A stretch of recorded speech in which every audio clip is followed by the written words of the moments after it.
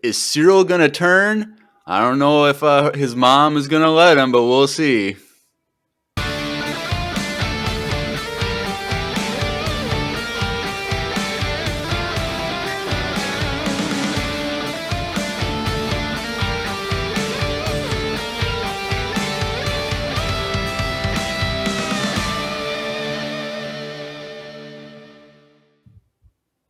Everyone, welcome back to another Andor-tastic episode of Empire Radio. I'm Jeremiah. And I'm Grace. And we are back with Andor, Season 2, Episode 4, Ever Been to Gorman? Ooh, I have not been to Gorman. Have you, Jeremiah? My flight got canceled. I wasn't able to make it, but maybe next time. Classic Delta, always canceling flights. Am Delta? I right? I thought Delta's pretty good, aren't they? Don't let Drew hear you. He works for Delta, exactly. remember. That's why I was making the joke. But they're one of the more reliable ones, right? Yeah, they are. I love Delta. I'm a loyal Delta Sky Miles member. Don't worry. Yep, I haven't flown in a very, very long time, but last few times I've flown was Delta, and it worked out just fine. So yes. But we are back with Andor, and it's been a crazy ride. This season is just nonstop, like pulling no punches. And so if you haven't listened to our breakdowns for the first 3 episodes, go check those out. Grace and I did episode 1, and then Drew and I did episodes 2 and 3 together. So there's 2 episodes altogether for breakdowns. But so much happened in those last 2 episodes. Yeah. I got to get some thoughts from Grace on her thoughts on how that first arc ended. So take it away, Grace. What were your thoughts? What were your just unprompted thoughts? Anything? Yeah. Okay. Let me think back through it. Or do you need me to go first and talk about some extra stuff I wanted to add? You can go first. Yeah, that's fine. Cool. All right. So I kind of talked about with Drew a little bit last week, and it was kind of like reflecting on something Grace and I talked about from the first episode about like we were talking about the opposite ends of the spectrum, like the rich people versus like the poor people. Like she's, behind the scenes trying to do the rebellion, but you also got people like Cassian and them on boots on the ground. Yeah. Either trying to do certain side missions or just like trying to live their lives. And we're kind of talking about that dynamic or the contrast or whatever. But I was thinking about how it was playing out. And so the dance scene with Mon Mothma and how much I really loved that scene with her. How one, was drinking and that added to it, but like her just doing this fun dancing, but had this very sad, broken face the whole time. Yeah. And while this is happening, all the stuff on Mina Rao with the crew, like Bix and them, and what was going on there. And I was like thinking, after I kind of talked about it a little bit with Drew, but like I think my thoughts are more clear now on it, but how I really love the dancing scene because of how it does 2 things. It shows the contrast, like we talked about, the rich celebrating and having fun versus this poor suffering. Mm-hmm. So it's like a contrasting thing. But there's also a strong parallel between the 2 because both sides are suffering because of the Empire and how Mon Mothma, she's drunk and she's mourning because she's understood that Luthen's going to have Tay killed, and her just like numbing the pain of that and trying to just get through it, and how it's sure Luthen's having him killed, but it's at the end of the day the Empire's fault for putting him in this situation, and she's suffering. And also with Bix and Will and Brasso, like Brasso gets killed, so like they're mourning a death too because of the Empire, and it's this parallel. So there's like the same scene. There's a major contrast, but also a major parallel, and like I just love that scene so much. And I don't know if you saw it, but on the YouTube, they posted the 1 hour of Mon Mothma dancing. Yeah, it's so funny. I saw it's that. So funny, but it's like also that's the song, the Nemo song. I've been playing that on repeat. Like there's been people on YouTube who've done like remixes and stuff. I've been putting it on repeat Same. I've been like locked into it while studying, like type, really like, and you're dancing yeah, too. yeah, of course. It's great. It's a bop. A bop? Is that what the kids call it these days? A bop? No, that is not what the kids call it. I That's am a one generation removed from the kids. Maybe okay. that's a banger. Like, don't ask me what the kids are saying. If you're a kid, let us know. How do you describe like a fun, lively club song? But yeah, I just really love that scene, and I really think that Genevieve O'Reilly is so amazing in that scene. Yeah, me too. Like, honestly, this might be a hot take, but that might be the greatest acting performance in the history of acting. Like, I don't know. Like, it's so good. I love her. I just want to like meet her and tell her how good she was in that scene. And like, if she doesn't win an Emmy for supporting actress, I'll be writing a dirty email to the Academy or whoever it is. But I don't know. So I was just been thinking about the Mon Mothma stuff and how like everyone is suffering. Because I've said that before. Like, even like Darth Maul, like he was a victim of the Sith. And like Mon Mothma and the rich people are a victim of the Sith, even though they might not realize it all the time. But then the poor are also a victim of the Sith.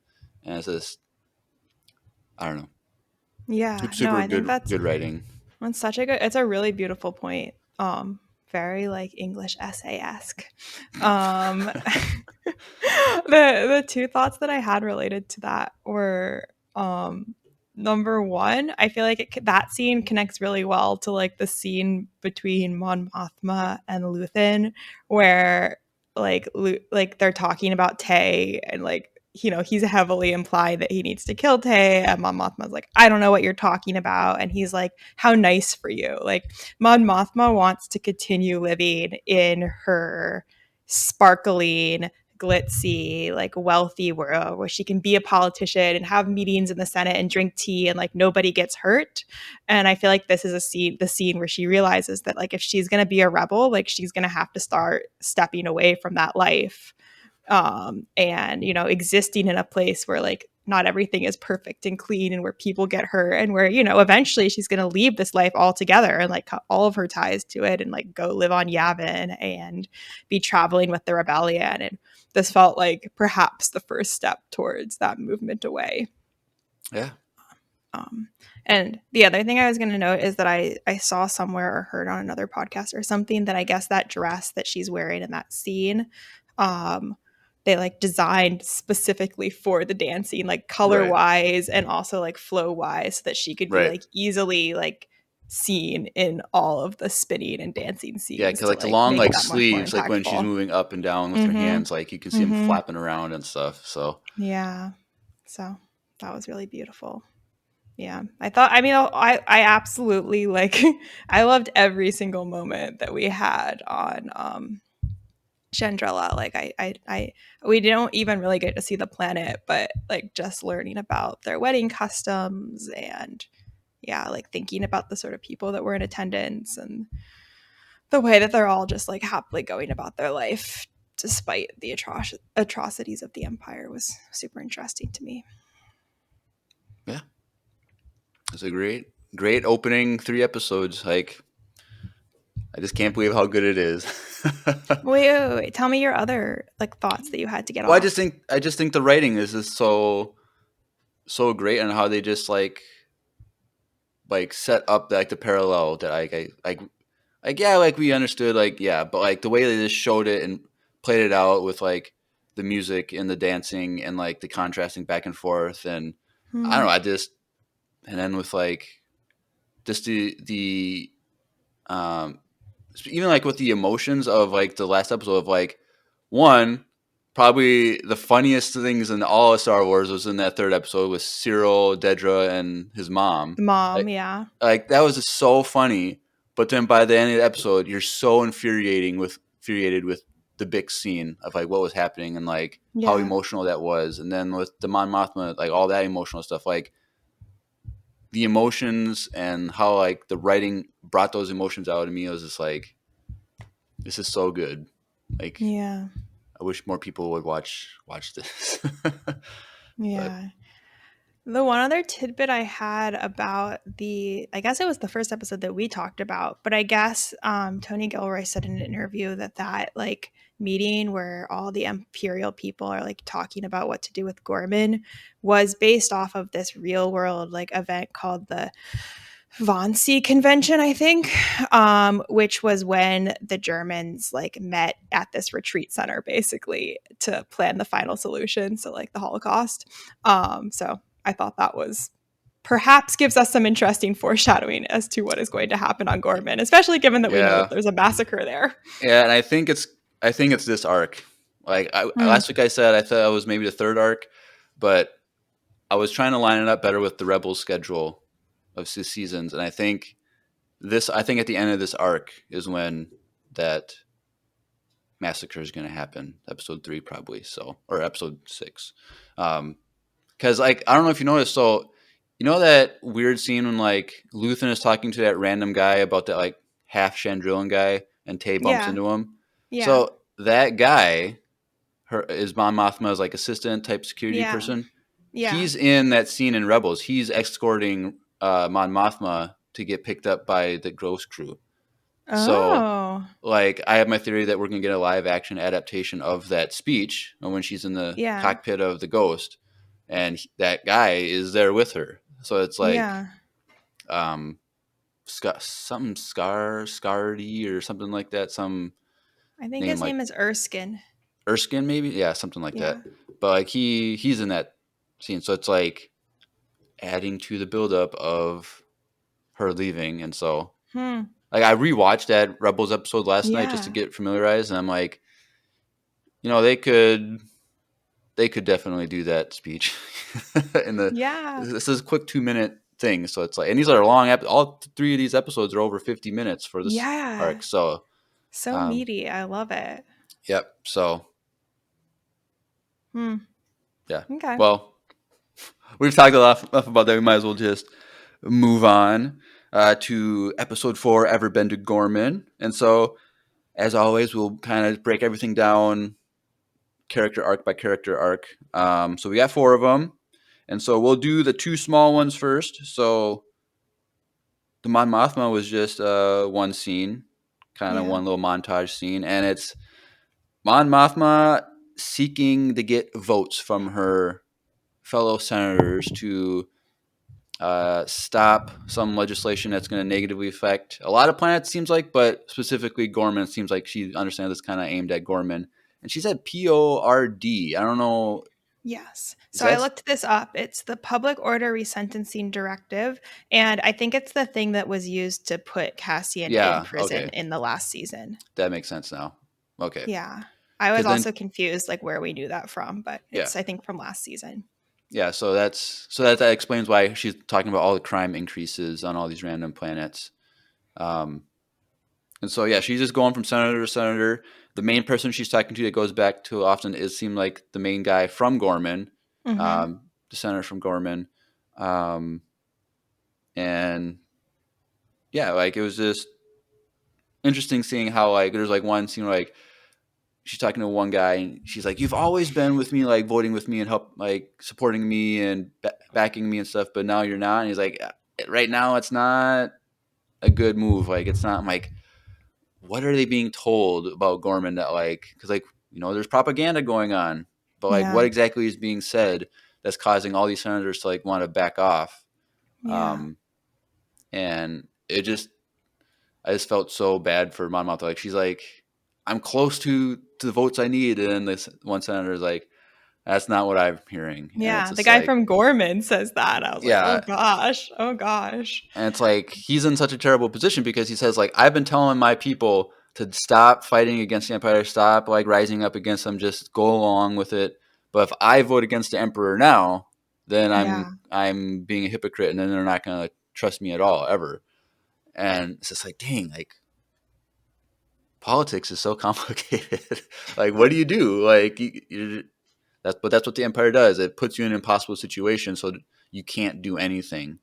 Yeah. Um, So that democracy stops functioning, right? Like I was taken by the fact that we are what, like 16 plus years into the empire and like there are still Senate votes. Like that's shocking to me. I figured like democracy would be totally like uh not relevant anymore. Well, But we get that in episode Yeah. for New Hope when Tarkin comes in. The Senate has been completely dissolved now, and Yeah. so But like I think what's interesting about this scene is that like yeah, the Senate is still like in play, but like nobody is able to actually like utilize their democratic skills to do anything right, effective. Like Mon has this bill that would directly help Gorban, a planet of people who are being like oppressed for reasons that are like not actually clear to anyone, and like even the senator from Gorman is not willing to vote for the bill because he's like scared to vote for anything that's right, in opposition to the empire. That's right. crazy. That's a dictatorship. And it's like it's also interesting how like you go to like the prequel movies and you see them in the Senate, like every single whatever hover booth or whatever they call it, Mm-hmm. or have someone in it. Every planet is being represented. But like last season, when we see her addressing the Hmm. Senate, like it's like what a third of them are filled, That's a like, good point. and it's Yeah. just like no one even like realized like there's no point in me going to a Senate meeting or to a vote because like it doesn't matter anymore. And Yeah. I'm guessing we'll see a Senate address at least once this. I'm hoping we see her in the Senate, like address the Senate at least. But like, I feel like be even fewer than last season, like in the session of Senate. So Hmm. Yeah. And I guess this scene kind of reminds me of what we were just talking about from the last arc of episodes. Like Mon Mothma is working for the rebellion in some capacity, but she clearly again does not want to give up her connection to politics and the Senate and Coruscant. Like she's still some part of her like still believes that this is a system that can work, and like she needs to have a couple more failures probably before she'll realize that like she can't do anything in the Senate, and like, you know, right, even if she does pass a bill, everyone's still going to get massacred or whatever. yeah, but it's also interesting, like how exactly does the imperial like government like work? Because like here in the United States, we have the three branches of government that are meant to like keep the other branches in check, Yeah, and so like checks and checks and balances. balances. So like one can't have all the power to like dictate or whatever. But like I wonder how Mm-hmm. that works in Star Wars universe because it's like you have hundreds and hundreds of senators and you have one emperor. Like, can't they all just team up against them? But like if it's set up where like he has 51% of the vote, like then they're rendered useless. So it's kind of like I don't know. There's so many people you would think would be able to like shut down the emperor. Yeah, but like, okay, like, I hate to say it, but that's, I mean, not so different from the system we have in the US where there's like tons of people in our, in Congress and then only one president. But the way that the system works is that like Congress passes laws and the president like signs them or whatever, doesn't sign them, and has all of his executive powers. And then the judiciary like checks. Like, I assume it's something like that, but because of all of the like emergency powers that the emperor has been given, he's just been able to render like any sort of legislation that the Senate is making I, completely moot. I just think it's kind of funny how in episode 1, Phantom Menace, Yeah. like the Senate votes to like remove Chancellor Valorum because of a trade blockade on one planet. Yeah. But Yeah. now the impression of the whole entire galaxy is not enough for them to like rise up against the Emperor. I think it's kind of funny. Yeah. But No. who is controlling both of those events? The same guy. So I guess Yeah. Wait, but this reminds me. So I'm taking this like constitutional law class right now, literally about separation of powers, and we just read this case about how like in the 1950s when that we were in the Korean War, our President Truman like used executive powers to seize control of all the steel mills in the US because they were on strike, and he's like, we're in a war, I need steel, I need to like defend the US.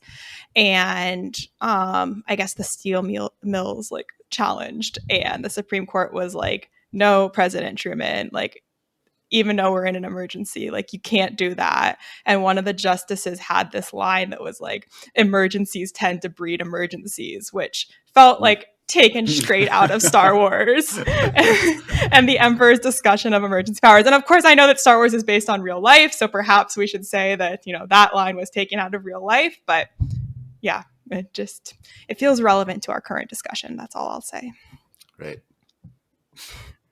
Have you worked any Star Wars references to any of your works, Oh, essays, or anything this school year? Because I know you did stuff yeah. like that in the past, but like, Jeremiah, I can't believe I haven't told you about my recent tour de force. If we can allow for a brief, aside, yeah. I took free speech law last quarter.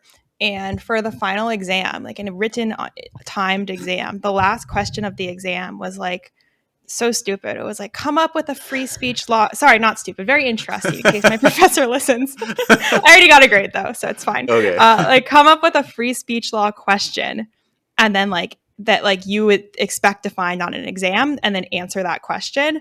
And I was like, oh, what shall I do? I don't know. So I ended up creating this like whole long like Star Wars based hypothetical situation related to free speech, where like President Darth Vader was like doing all these things to like infringe on the free Did you speech put rights Darth of like, Vader in the essay? yeah, oh yeah. And then you were working for like Senator Bail Organa to like challenge, these violations in court. And the violations were like, college student Ahsoka Tano like is arrested for like a peaceful protest, or like I don't remember what else. Like the federal government says that people can't use words like Jedi or lightsaber in their day-to-day life. Like, yeah. And then I wrote about each of them and like cited case law. It was super fun. Very nerdy but fun. Did your professor like comment back about it? Like, Yeah, well, I did get like the high score, so oh I wow. guess he liked it. Funny. All right. Yeah. But yeah, that is. But I guess this last thing that I have for about Mon Mothma is she just kind of asks the question of the one sweater, like, are we finding criminals or are we making criminals? And that's just a very interesting thing of like, creating laws specifically to make crimes. Yeah. And so you Yeah. can, that's a whole nother like real life thing that we shouldn't get into because that's a No. rabbit trail. But Yeah. like the one thing that like, okay, this is just, okay, I'm going on a rabbit trail a little bit, Yeah. but the Yeah. one Yeah. thing I've seen a couple times, like when I'm on my way home from work, like I Yeah. work on like a busy, like 4-lane, like Yeah. street or whatever that like is super busy. People are always speeding, breaking laws. And like, I see it sometimes, I think 2 or 3 times I've seen like, a street closed police officer just like walk into traffic to see if people will stop, and then Really? if they don't stop, they have cars, they radio in, they have a cop car Hmm. go and arrest, like pull them over. I'm like, Yeah. Hmm. they only committed a crime because you forced them to. They wouldn't have done a crime if you didn't just randomly walk into the street like that. Hmm. Like, Hmm. I don't know. Hmm. I Hmm. get it. They still broke the law, but you put them in a situation and now they got a ticket or whatever. So it's like, Yeah. Yeah. I was I wanted to like say something to these people walking across, but I'm like, I also don't want to get arrested because like they're whatever. I'm not doing anything illegal, but you've seen all those videos of people getting arrested for not doing anything illegal for something like that. So I was like, whatever. I'll just keep Hmm. walking. Hopefully, Hmm. Mon Mothma's fighting for people's rights and not me. Exactly. All Oh right. no. Anything else Oh, on Mon I Mothma?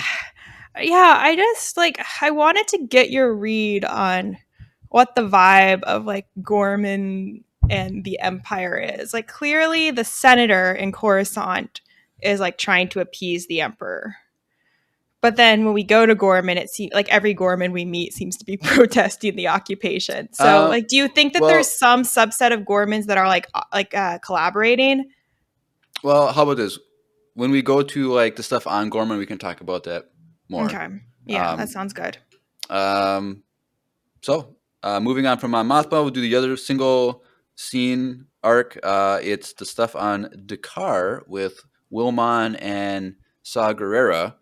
Oh yeah. Um, so, one, super surprised that they're on Dakar. Like, I didn't realize. Did we know? Was that where Saw was last season?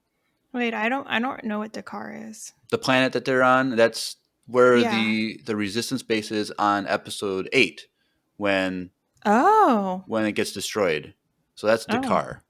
Cool. Um, and so it's like you kind of can recognize like those like little underground bunkers, like you see those in episode 8 when they're evacuating, and I guess that's in episode 7 too, like where the I guess that's the same place because I have they a evacuate. light memory of all those movies, So but like when okay. like Poe and Finn get reunited on a tarmac, like that's the car, like Oh, okay, so cool. it's interesting that Saw's original like base was where the future Resistance base would be. Yeah, it is Um, interesting. but I can't remember if that's the same place that Saw was at in season 1 when Luthen goes and visits him. But Oh, yeah, me neither. I'd have to go I back didn't and look it up. look. But yeah, so we go there, and Wilmon is there, or Will. We'll call him Mm-hmm. Will. And he's just inside one of the bunkers or whatever with something covered up with like a tarp or whatever. And Saw Gerrera comes in and says, "Let me see it."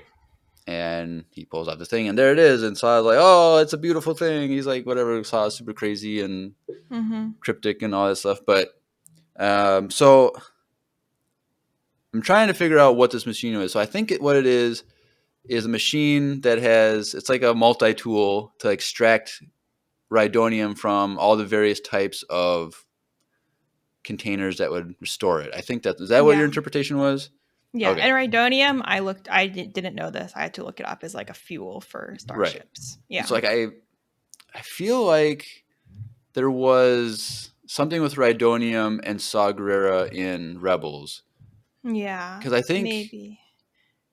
There's definitely something in Rebels. Again, there's multiple I think I'm things on the Wikipedia. Let me just because I maybe I think closed it. there's various rhydonium things in Rebels. I think Saw was involved with one.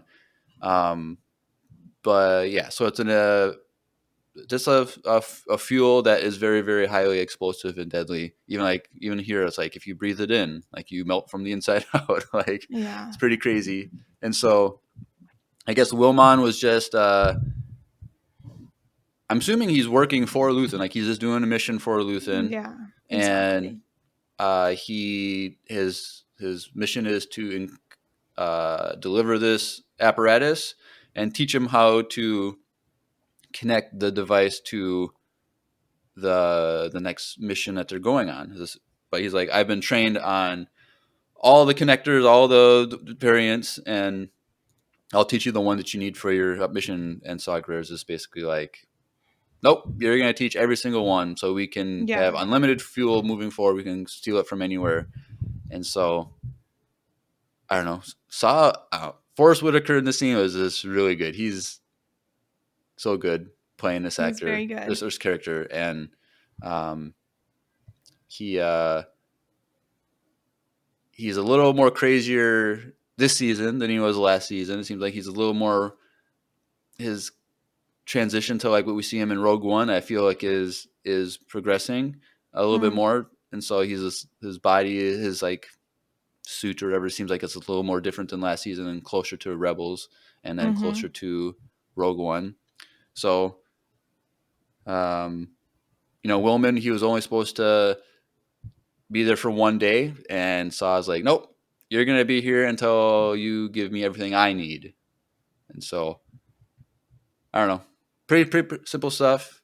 What do you think? Yeah. What are your thoughts on this scene? Anything specific? I don't have a lot of thoughts. I wasn't super interested in this. Like I guess like it's interesting that it gives us more insight into the like fractured nature of the rebellion and the fact that like the relationship between Luthen's group of rebels and Saw's group of rebels is somewhat tenuous and they've got to do these favors for each other and then like the agreement they made is not being respected. That was kind of interesting, but I feel like we didn't get enough to know like I'm not sure why they want this rhydonium. I'm not sure. I think it was just Yeah. because they just want unlimited fuel. They can steal it whenever they want. Which, Unlimited. yep, unlimited power. How? But yeah, so it's like I'm wondering, like, are we going to see his group do this, like steal the fuel, or what? I'm kind of worried about Will. Is he going to Yeah. I'm worried about every character that Yeah, isn't Mon I Mothma. Let's be honest. I think Mon Mothma and Cassian are the only ones that are going to survive this series. But um, like I wonder, is he going to be forced to do the mission with them? Like he's the one that's going to have to force to like steal it, or is he going to be able to go free? I don't know, but Yeah. The one thing I will say is that when Saw asks him, like, have you tested it? Or like, does it work or something? And then he's like, it's been tested.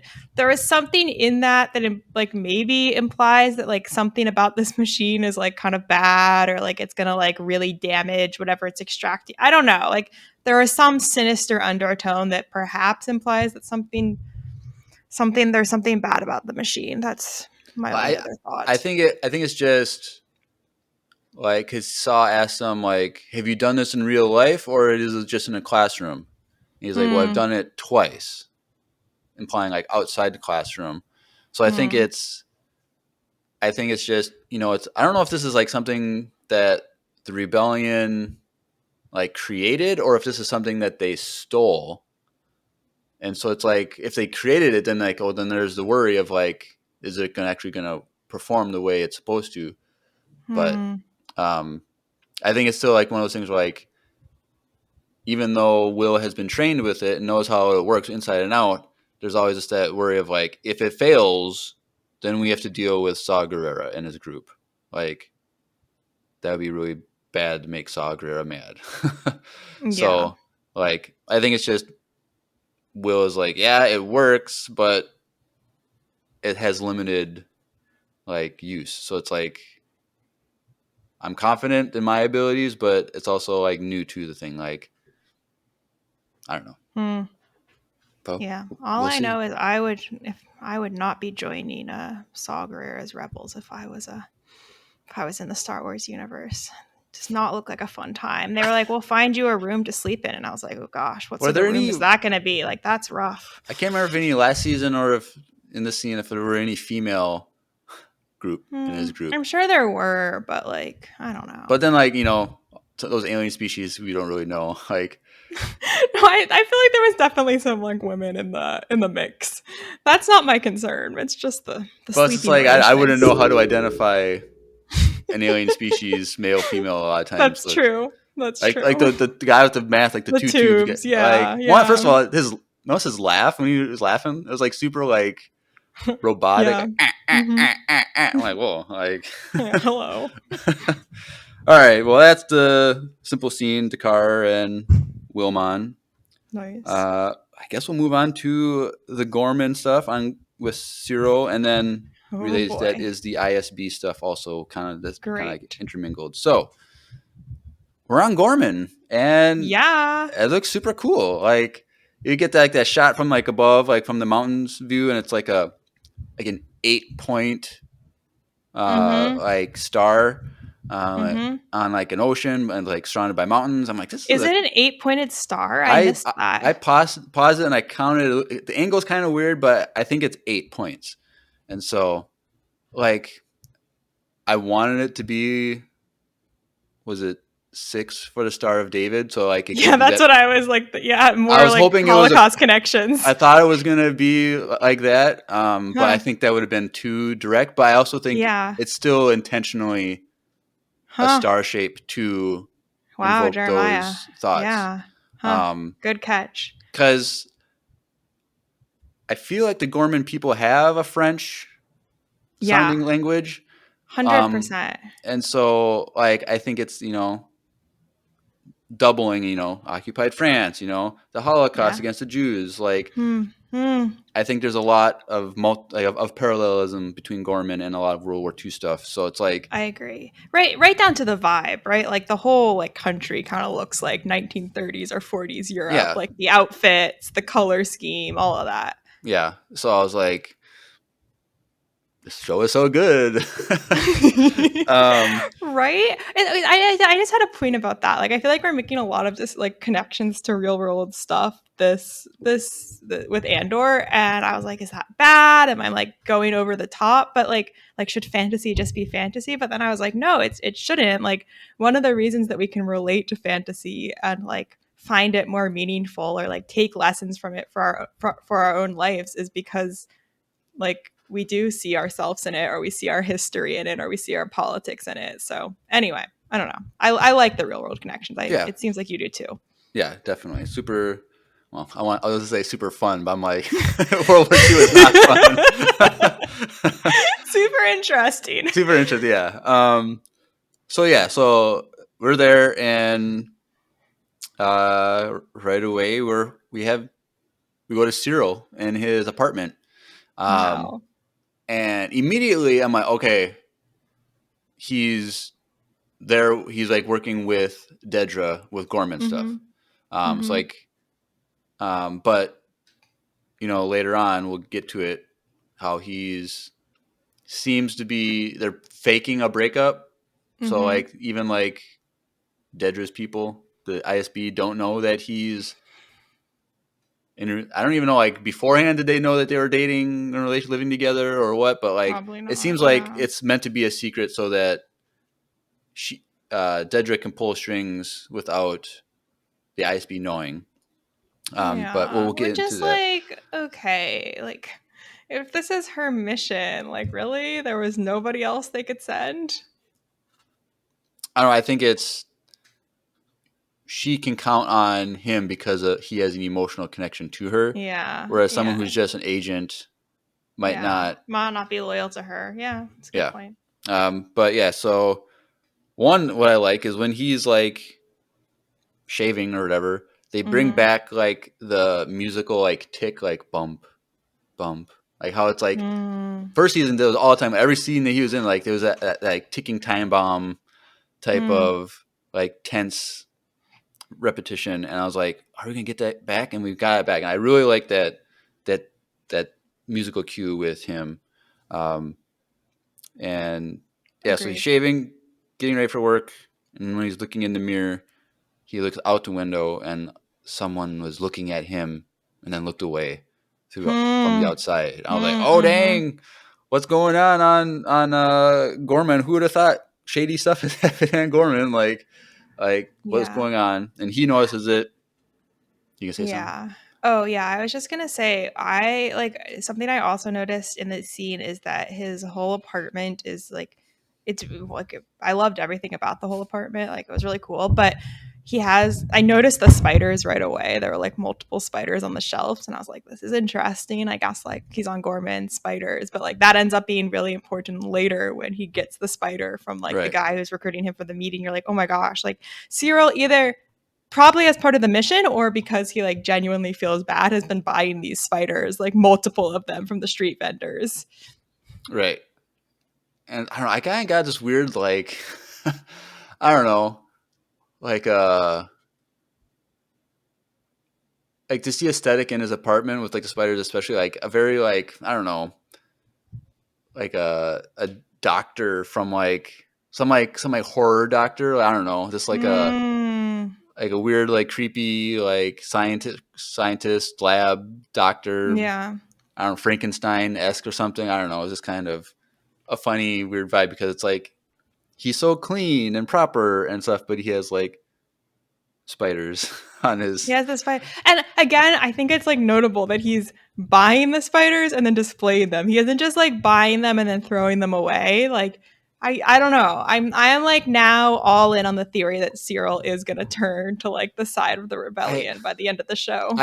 I do think we'll get into it. I think he will, but I think the reason he has the spiders in his apartment and saves them is because Oh, he wants any them to know. he wants. So if he has some citizens from native to the planet that come over, or someone delivers something to his apartment, they just like see in like they Yeah, it's a feel good like point. he's assimilating to their culture and like not anti-Gorman.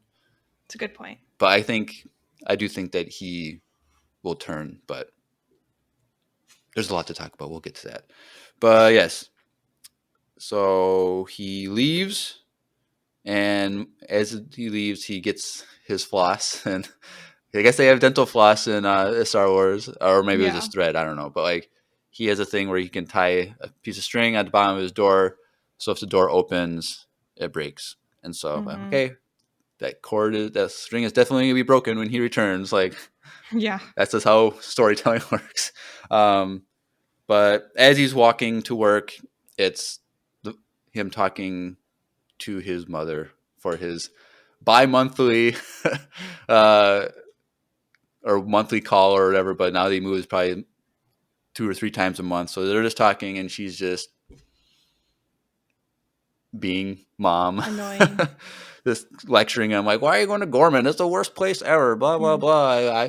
I've been seeing stuff on the Hollow News like blah blah blah. They're the worst. Blah blah blah. And Mm. Mm. um, she's like, he's like, "You could always come and visit. I'm not going to give them one more of my credits." Blah blah blah. I'm like, okay. He's super annoyed, but like, it's interesting because she goes on this rant about like how they're anti-empire and they're going to try and rise up against them, and he says, no, they're not going to do that. Like they're good people. And I'm like, that's a weird line coming from him. Yeah. I was a little sus, as the kids would say, about, and so it's like, what is his deal? And then so when he gets to work, and like he's like the head of the um, Bureau of Standards field Bureau of office on Standards. Gorman. Yes, the field office in Gorman. So he's like the head guy, and whatever. He has his own little special office, whatever, It's a closed nice off. office. Like I'd like an Yeah. office like that, right? Bougie. Good um, aesthetics. and and one of the things that the mom says is that implies that he and Dedra broke up. Mm. Yeah. So it's like, oh, I'm like, I really though? I know. don't know if that happened, but so they're talking about that, blah blah blah, and then he kind of just has. So during this conversation, it goes to people who tapped the line and are listening. And I'm Yeah. like, who are these people? Like, exactly. Are these people working with the ISB to like monitor these phone calls? Like, they're just working that, or is there someone? But they didn't seem like ISB people. And it's like, they're like, oh yeah, Cyril, I think he's on our side type of thing. I'm like, Hmm. I don't Hmm. know about that. Um, so I don't Yeah. know, what was your initial thoughts when it goes to like the phone tapping thing? Yeah. I was like, is this ISB listening to him? And then I was like, they're speaking the Gorman language though, right? I can't remember. Yeah. Yeah. So then I was like, wait a second. Um, I was really trying to find more information about the Gorman language on the internet, but as of last night when I looked, there was not a ton available. I know it's a language they like created for the show, and I saw something somewhere that like it isn't written in Arabic. Right. So that's interesting. But yeah, I'd like to know like how much of it is French versus how much of it is like I don't know. I was getting like Germanic But language influences. it's super interesting how like they can create a new language, like, and it sounds like French. Like how does that even, like, I want to know, like, what does a French person think listening to them speak it? Like Yeah. what does it actually sound? Is it like a baby, like a little kid talking gibberish, like the same sounds but no words, Well, it's but like, it's the what is the word for it? Like intonations or like the way that they're yeah. like yeah, doing the like Oh, we got Dazdor is actually in a the French chat. speaker? He's from Canada, and his first language is French. Oh my So gosh. Dazdor, good thing that you listen. Hopefully you can hear us right now. Um, as a French speaker, what did this Gorman language sound like to you? We think it sounds like really French. Let us know either like in the Discord or send in a voicemail or something, or you can maybe let Yeah. us know in the chat. Let me I turn also that. they give everyone very French names, so I feel like that helps. Because again, I felt like it was like 50% French, 50% something else. But anyway, I want to hear what somebody else Yeah, thinks. so Dazdor, let us know if you Mhm. can now or later on. Will be kind of cool. What does a native French speaker think of the Gorman language? What does it sound like to you? Yeah. Um, but what was I going to say? Oh, so it's kind of funny. I have some friends who live in the Middle East who are American, and they have Hmm. children, and their children's baby talk is with Arabic sounding phrases rather than English phrases Hmm. and sounds. So it's Hmm. just very interesting how I don't know. I just assumed all baby talk gibberish sounded the same from culture to culture, but when a different culture has different sounds, like the baby talk is gonna sound different. I don't know. It was just Hmm. super Hmm. interesting when they posted that. I don't know, last summer or something about their 1-year-old kid or whatever, 1.5-year-old kid making random Arabic gibberish sounds. I don't know. It's kind of funny. No, Um, it's really cute. um, but yeah, so these rebels, we don't want to call them rebels. They're just kind of like Gorman resistance people, whatever. Resistance, yeah. Um, they're just implying that they want to talk to Cyril, and so Yeah. that scene ends, and then the next scene, Cyril is leaving his job, and he comes across protesters. They're just protesting. Um, oh, I guess I should mention because it's relevant.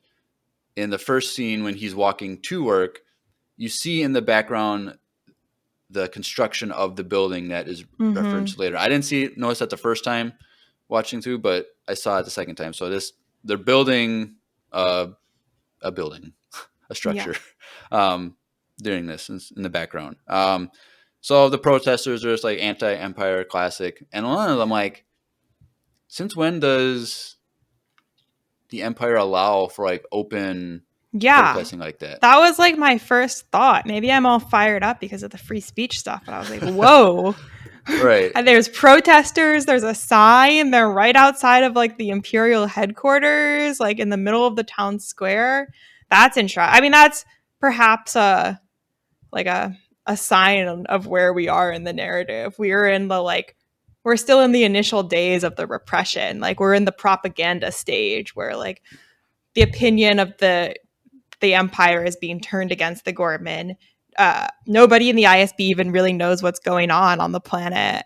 All the foundation stones are being laid, the building is being built, but like the true repression hasn't started yet. I guess when the true repression starts, like there's going to be no more protesting, and everyone's going to be in favor of suppressing the protesters because they're going to hate the Gormans so much. Right. I think you're correct on that. That if it was any other planet, the Empire would have arrested all these people and snuffed it out really quick. But the Empire is being more strategic in how they deal with these specific ones because, like even last episode, Partagrads is like Gorman is a notable planet. They have political Yeah, power. Like we can't just go in there and do what we want because the whole galaxy will find out right away. So it's like I think you're yeah. right. Like the oh, sorry, go ahead. I think you're right that they're just allowing this so that they can, mix truth with lies. Like they can show Mm, them mm, mm, protesting mm. and like they're protesting, they're anti-empire, they're whatever, and then but crap will hit the Yeah, fan pretty soon.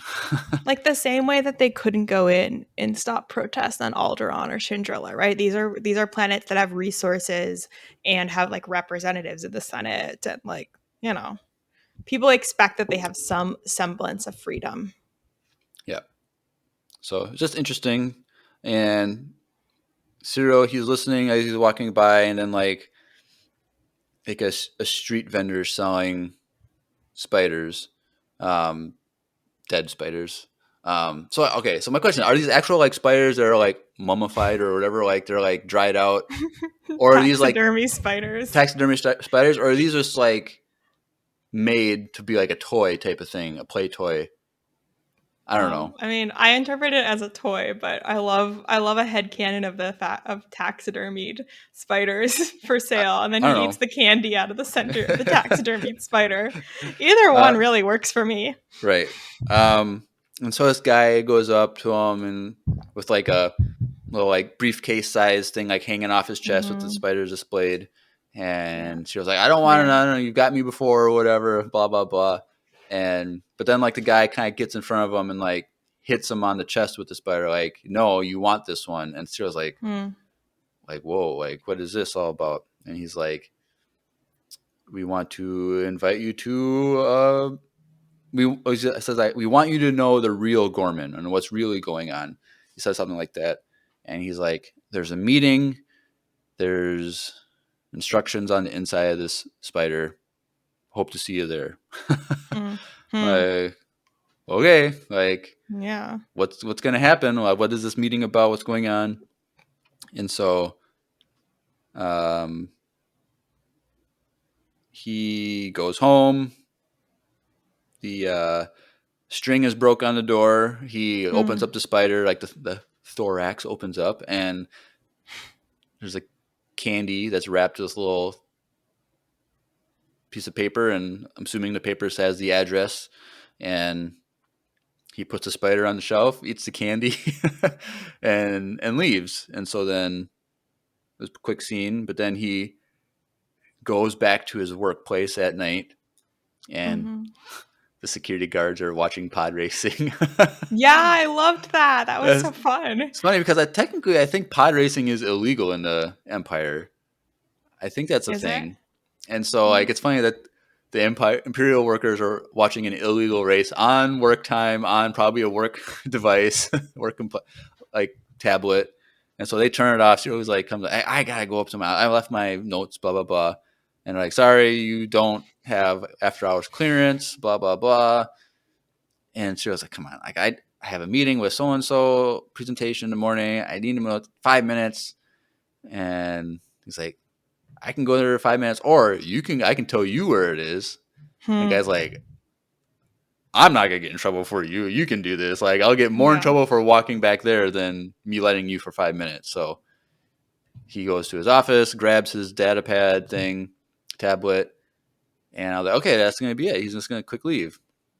Nope. He goes to a secret room where it's like a call place. I don't know, like a phone booth in a See. sense. Hmm. And he locks in and he calls Dedra on Coruscant, and they talk. And he's like, "I think I found the resistance. I think I found these people about the what do they call them the Gorman Front. I think that's who Gorman Front. Yeah, the Gorman Front. we found them. And so now we're confirmed that okay, Ciro is working for Dedra, and it's like he's kind of like undercover spy, but like it's heavily implied that this is her plant that the ISB does not know about. So she's kind of working on her own on this. Like, yeah, she was commissioned to like do the whole Gorman project, but like only people in that room were supposed to know about it that in that one meeting. So like the fact that Cyril knows about it, like highly illegal. Like, it's implied like if you breach this confidence of like who knows this, like the Emperor is going to deal with you directly. And so I'm like, okay, this is super under the table what they're doing. Hmm. And he's like, I can go to this meeting. I think we found him. Like I got my in. And she's like, all right. And he's like, you can tell Pargraz. And she's like, no, he's gonna want more information than just a meeting. Like, yeah, on brand for Pargraz. Like he likes more information, just kind of surface stuff. So it's like, all right, let's see how this goes. Um, any thoughts on that conversation or No, just okay? that like Cyril is Cyril is clearly all in for Dedra and like would do anything for her. I'm curious to see more of what like Cyril wants for himself. We I haven't seen a lot of that throughout the show at all. Besides maybe his fashion choices. Well, no, So I think I kind of disagree with because I think okay, I really do like the character of Cyril. I think he's wonderfully written. I loved him last season, and I think that okay, he's written for us to like hate, like and be annoyed hmm, by him and stuff. But I think if you actually look at his story arc, like all first season, he wants justice for from his perspective two Morlana officers that were murdered from his perspective. Like he's yeah. seeking justice, and at the end of the day, I would say Cassian is guilty of one account of first degree murder in that scene. Like he gave that guy was on his knees pleading for his life, and he killed him. Like that's first degree murder. Cassian deserves to be arrested and put in jail. Like he's our hero, so we're on his side. But like it's not wrong for Cyril to pursue him. I think Cyril does want justice for what happened. Hmm. And so like I think here with like the Gorman stuff, like he agrees with the Empire like that we gotta keep order. We got the Empire is trying to do things for the galaxy and keep everything together. He doesn't want war. He doesn't want conflict. Like I think his intentions are good, but he's so unaware of people being oppressed. And so I think, we're theorizing that he's probably going to turn and he's going to see, he's been seeing this on Gorman. I think he's going to turn because of that. He's finally actually seeing oppressed people and how unfair the Empire is. And that's kind of But did he changed. not see people getting oppressed when he was like on like working on Morlana or like when he was on Ferrix? I mean, there was a lot of oppression on both of Not those planets. not on Morlana because remember they had corporate security, so the Empire was never there. They let But the Morlana do the, corporate security people were oppressing. Like Morlana seemed pretty bad too. but that was Morlana, not the Empire. So he never saw the Empire doing bad things because he's in his own little world on literally on his own little world in the Morlana sector. Like they're trying to maintain order so that I the see what you're Empire just saying. He's never seen the Empire oppressing people. Yeah, right. that's fine. And it's I and, guess so. sure you hear rumors, you hear stuff on the HoloNet, and these are just kind of like isolated things where people are just rising up against the government. Like why would you do this? Dude, the Empire's good. And like on Ferrix, Yeah. like all of that was centered around Andor stuff. Like the Empire went to Ferrix because Andor did his thing there and escaped, and he's there trying to find Andor for justice. And so it's like he was never exposed to seeing the Empire oppress people, so he has no Yeah. reason to have a negative view of the Empire. And I I think see that. here on so Dazdor commented, can't interact a lot. I'm at work, but it's not French, just French sounding made up language. So he recognized it as French sounds. So we're right. We know French gibberish. Thank you, Dazdor, for that comment. But yeah. So I don't know. Any other Okay. thoughts? Mm-mm. So yeah, I like Cyril's character because I think he has a strong sense of justice, but he hasn't been given all the information to form a proper opinion of the Empire. Okay. I'm not going to give him that much credit. But he's getting there. It's only been like, if he spent a year on Coruscant. I mean, No, if he had a strong sense of justice, he wouldn't be dating Dedra or working for the Empire. no, but if he's never seen the oppression, he doesn't know. You don't get credit for like. I mean, he's living in the Empire. He lived on Coruscant. If you didn't But watch the news or read the news, like you don't get credit for being a part of the but I machine that's committing atrocities. right, but I think that Coruscant is probably the most peaceful place in the galaxy because it's all eyes are on it. I feel like that's the safest place to go and where the least amount of imperial oppression is. So if he's been on Coruscant for that first year where he's like living with Dedra, Yeah, and but Mon then Mothma lives on Coruscant, right? Like right, but by she's that logic, the rich people also right, would but be she's excused. also a senator and she's dealing with the conflict and things going on around the galaxy where Cyril wouldn't. Like politicians know way more about what's going on in their country and state than like regular citizens. Like Of I course. I don't think we can give like we can say that somebody has a strong sense of justice if they're not actively resisting a repressive regime or like trying to learn about a repressive regime. If you're just like allowing yourself to operate as a cog in the machine of the repressive regime, I don't know. I but think that's he too far. I think that we're going to like I think that his character is interesting. I agree with you. And I think his character development is interesting. I just think we shouldn't give him so much credit until he like proves himself to be on the right side. I don't know. I just keep going back to like if he's never seen or heard the oppression, how can you rise up against it in the first place? It's his fault that he hasn't seen it. That's my take. Oh, I don't know. I don't, if you, but how would you know to like seek it out? Like if you don't know it's there, you don't know to look for it. Like Yeah, they're it's like, a tough question. I see. because it's I like, understand the point that you're making. because there's so much like in our world, like right now, somewhere in some other country, something terrible is happening, Yeah. and it's like I could spend all my day like researching politics in every single country, but like that would take forever, and it's like I'm just looking for a fight. But like if you're just living your day to day life, you're worried about yourself. Like that's 99.99% of people are worried about themselves and their family before anything else.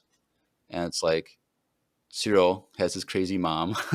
He doesn't care about her, but like he's just trying to like find meaning, and like he sees an injustice on Morlana, he fights for that, and he thinks Dedra and the ISB are a means to bring justice. And I think he's slowly going towards that point where he's seeing injustices elsewhere, and that's why he's going to turn.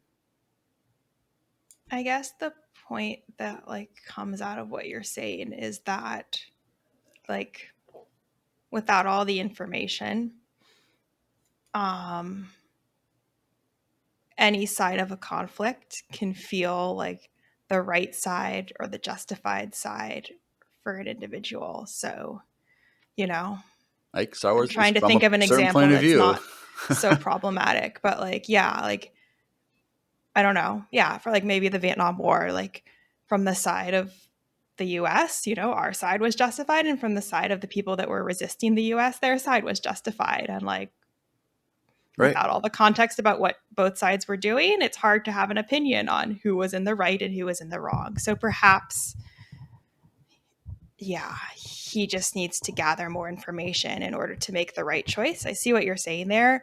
My only like last point would be that I feel like engagement with the world should be like positively correlated to resource level. And of course, for somebody who's like a subsistence farmer or like very impoverished, there is less of an obligation to be engaged thoughtfully with the world. But like the more your education level and resource level rises, the more obligation you should have to be like clued in and interested, which is why I think I'm holding Cyril to a higher standard because he's clearly not like poor. That said, you know, he's not in the Mon Mothma levels of like rich and connected. So fine.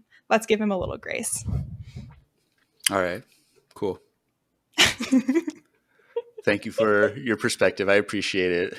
Thank you for your perspective. I think um, it's crazy, but I'll try to appreciate it too. yeah. So, um, yeah. So he talks to Dedra. Conversation's done. Whatever. So Yeah. next scene, it jumps to the actual ISB headquarters, and they're in the cool room with all the people, and Paragraz is kind of pressing the one bald guy. Like, do we know that guy's name? The bald guy's name? Because Oh, like did I? he's No. like the guy that's in like what's his name from like the Thrawn, like the EU Thrawn book, but he's also in episode uh In The drawing a blank Mandalorian? in the Mandalorian. What's his name? The bald guy Yeah. that's like, and he's like in Rebel. He's referencing Rebels. Yeah, He's yeah. I know referencing, who you're talking about. I I forget don't his name, remember. Will come but to us. because like Yeah. that guy's bald, and so like, is this the same guy? But I don't know if we've gotten a name on him. Like I have to look him up on IMDb or something. But like I think it's the same guy because it's a very distinct hairstyle. So he's just talking about how they made like all these arrests. They got this big bust. They arrested all these people for whatever it was, and like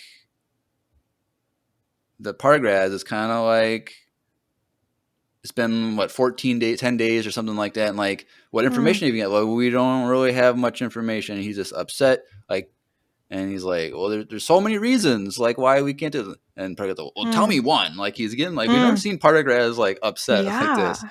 And like people are, because one of the guys involved with this is also the guy that's working on the access stuff, which I don't know if you noticed, but was Dedra's assistant from last season. Oh my That gosh, I was wondering why he looked familiar. That's Yeah. crazy. Yeah. So it's kind of funny that he kind of stole Dedra's Wow. thing. Which I think now that you bring it up, like it seemed like the assistant was up to something bad, right? Was he maybe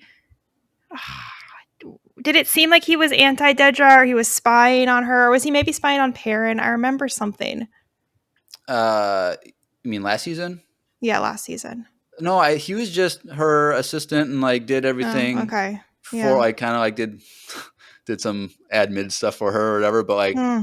also gave good insight on what they should do. And I think now he's just kind of like, um, I'm in a position of influence now. Like I don't need Dedra's help. Like Hmm. he's like, I'm not doing this for my glory, but I was like, I think you are kind of doing it for your glory, because if it was for the Empire's glory, you'd use Dedra's help, like Hmm. clue her in on Okay. things.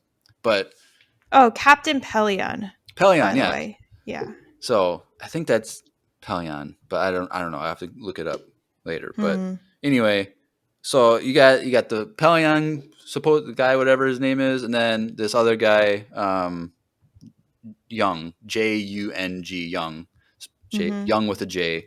And they're kind of like getting grilled by Pendergrass, like, tell me, like, what are we doing wrong? And so then the undercover mole from Luthen is an ISB guy there, and his name is Lonnie, Hmm. and he jumps in like randomly, like you can see his like he's starting to like get all like I don't know, we don't really know why he jumped in. Really, I'm kind of confused on that, but he says, "Sir, we're arresting too many people," and that stops Pargraz at his feet, and he's like, Pargraz gets back to his normal stuff.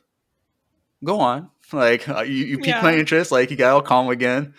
Um, and he's like, "We're arresting so many people, we can't process them Hmm. properly and like well. Like when I think they said like 75 people or something, like to like interrogate 75 people. Like yeah, you're the Yeah. Empire, but like if you're at one office on some planet when you got 75 people in the lobby, like all handcuffed, like and you have limited resources to like interview every single one and torture every single one and stuff like." Yeah. It takes a lot longer than 10 days to get information. So, um, Pargraz is like, "Yep, we are aware of the problem," and I think he said something like, "We're going to go talk to the Emperor about getting more resources for this type of thing." Was your read that he jumped in because he was trying to get them to like arrest fewer people, like and help I the rebellion, or do you think he just jumped in to like so that he could like ingratiate himself with his like those two friends so that he could get I, more info? I don't know. I felt like with we'll call him Pelion guy, um, it almost sounded like he sees Pelion as a sympathizer to his like to rebels. Like it seemed like he wanted like we should talk sometime. I got the vibe Yeah. that he wants to like kind of like hint like, hey, maybe what we're doing isn't the best morally, and then that would be a way to like Huh. see if he can recoup. But that's a huge risk online. Like, Yeah. hey, I've been working for Access this whole time. Like, Yeah. um, so I don't know exactly what his aim was, but it was very much like he was desperate for something. But like, you'd think that if he wants the Access stuff to like fail, to not speak up to say like why they're failing, because he doesn't want Access to be found, because then he's found. Yeah. Yeah. Yeah, I don't know. I was confused as well, but I don't think it really matters. It's some sort of strategy is going on. Yep. But I think we'll get information Me too. as these two episodes continue. And I think that so then so Pelion and Young, they both like thank Lonnie for like stepping in and saving their butt, and then Young was like says to Lonnie like, "What can I do for you to give you thanks?" And he's like, "You can buy me lunch." Hmm. Okay, I guess Yeah, I was like, "Whoa, okay, what's like what's going on here?" passing off like he would think like, oh, just keep me clued in on Access. Like it's still something that's you could say it's something that's been piquing my interest for the past 2 years. Like just let me if there's any new information or whatever, just like something like that. But just lunch, like No, I think. Oh yeah, he does say you can buy me. Like Lonnie says it. Yeah, huh? Weird. So I don't know. It's a long Lonnie's game. yeah, Lonnie's character is an interesting character, and it's like I feel like he's gonna die. Also, he's gonna get caught. But I don't know what the plan is on his side. But um, so after this, Oh, and then Lon. the important thing is that like dead. Oh wait, are you getting there? Oh, I Sorry. guess I did skip over Dedra, so you're right. So Oh, well, yeah. Dedra is just like, she is trying to get information about Axis, but her like partner isn't like her former partner isn't telling her, and then like they're gossiping about how she seems like discontented because she's been taken off the Axis project, and nobody really knows what her real work is currently. right, I wonder like what she has to like say at those meetings, like Yeah, like what do they think she's been doing for because the last if year? she's like in charge of like a sector or something, then yeah, she can go over those things. But like when she's putting all of her focus on Gorman, like I wonder how well her other stuff is going and how much she inflates like the numbers and stuff to like make everyone else in the room feel like she's actually doing her job. Because Hmm. Paragraz knows what she's doing, so it's like Yeah. he's not gonna like press her on anything. But I wonder if anyone notices that like you always yell at everybody else, but you never yell at Dedra. Like, Yeah, I don't know. why do you have Funny. favoritism? Yeah. um, Hostile work environment. um, so yeah, so then they have the argument, Dedra and Young, and then they kind of part ways. And so then the next scene with them is Lonnie. He's in the elevator on Coruscant, The dropping down. elevator. Is The that not classic what? elevator. Oh yeah. And so he's going down, but then like suddenly stops, and like Hmm. I'm like, why is that like that? And he pulls out his blaster to like, I'm like, but he's on his way to see Luthen. So like, why was like the sudden stop like a thing? Like, is it just a different floor than normal? So Luthen just stopped at emergency. I don't know how that works, but Maybe whatever. it's like 2 years of wear and tear on that elevator. It just doesn't work as well anymore, you know? Probably to get some WD-40 to grease the gears a little bit. Um, but whatever. Luthen's there, and they start talking. And apparently, it's been 3 months since the last time Liney has given a report, and Hmm. Luthen's been kind of worried and just saying that. So somehow he found out that Dedra is working on Gorman stuff, which Yeah. like he's like, there's what he says, I'm like 3 or 4 people in all of the planet know this. I'm like, how did he figure it out? Is it Yeah, just him hacking into some things or whatever that we didn't see, or I assume he figured it out from those conversations that we saw. Like, why else would they be showing us those conversations? But I wasn't clear. because nothing was said about Gorman in that ISB meeting or anything. It was just access stuff got brought up, and so like he does mention stuff about access like a little bit, but When the two guys are like, she got put out to pasture or whatever, or like when they're like, she got transferred, so she's unhappy, do they say Gorman? I don't know. Unless she got transferred the sector that Gorman is in, so then like kind of indirectly Lonnie would know that her eye is Yeah. on Gorman just because. But then they also know like propaganda stuff. But like I don't know like how much the ISB knows about those two guys from last week, like what their role is because they're from a different department. Yeah. And so it's like I don't know. It's super. I think we're just as confused because it's supposed to be like that. We're supposed to kind of relate with the people in the story that don't know this stuff also. So it's Yeah. like we feel like we're being wrong, just like the characters are without getting information. But Hmm. um, yeah, so they're just talking, but it's just kind of like,